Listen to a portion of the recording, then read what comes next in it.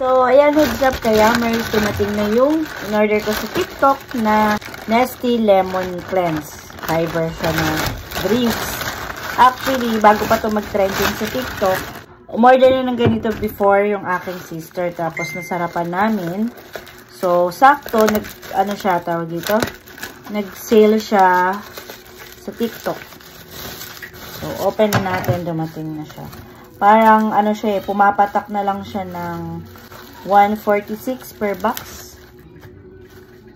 3 box to 3 box.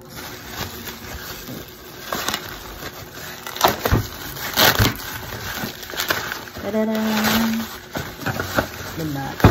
Ayan, ito na yung in-order ko. And then, bali sa tatlo na to, 426 lang yung binayaran ko. So, parang pumapatak siya ng 144 per box. Sa halip na nasa 200, kulang 200 yung price nito.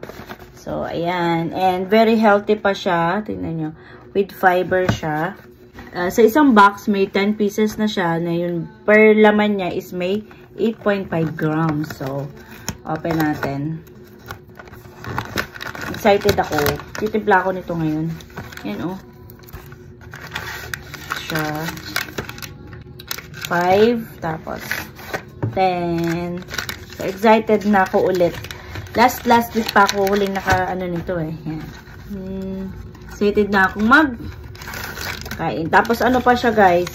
Kaya nagustuhan ko kasi high in fiber. Tapos no sugar na siya. Kaya naman mas ma-enjoy nyo pag inom ng malamig na juice. So ayun lang. Tiplahin na natin.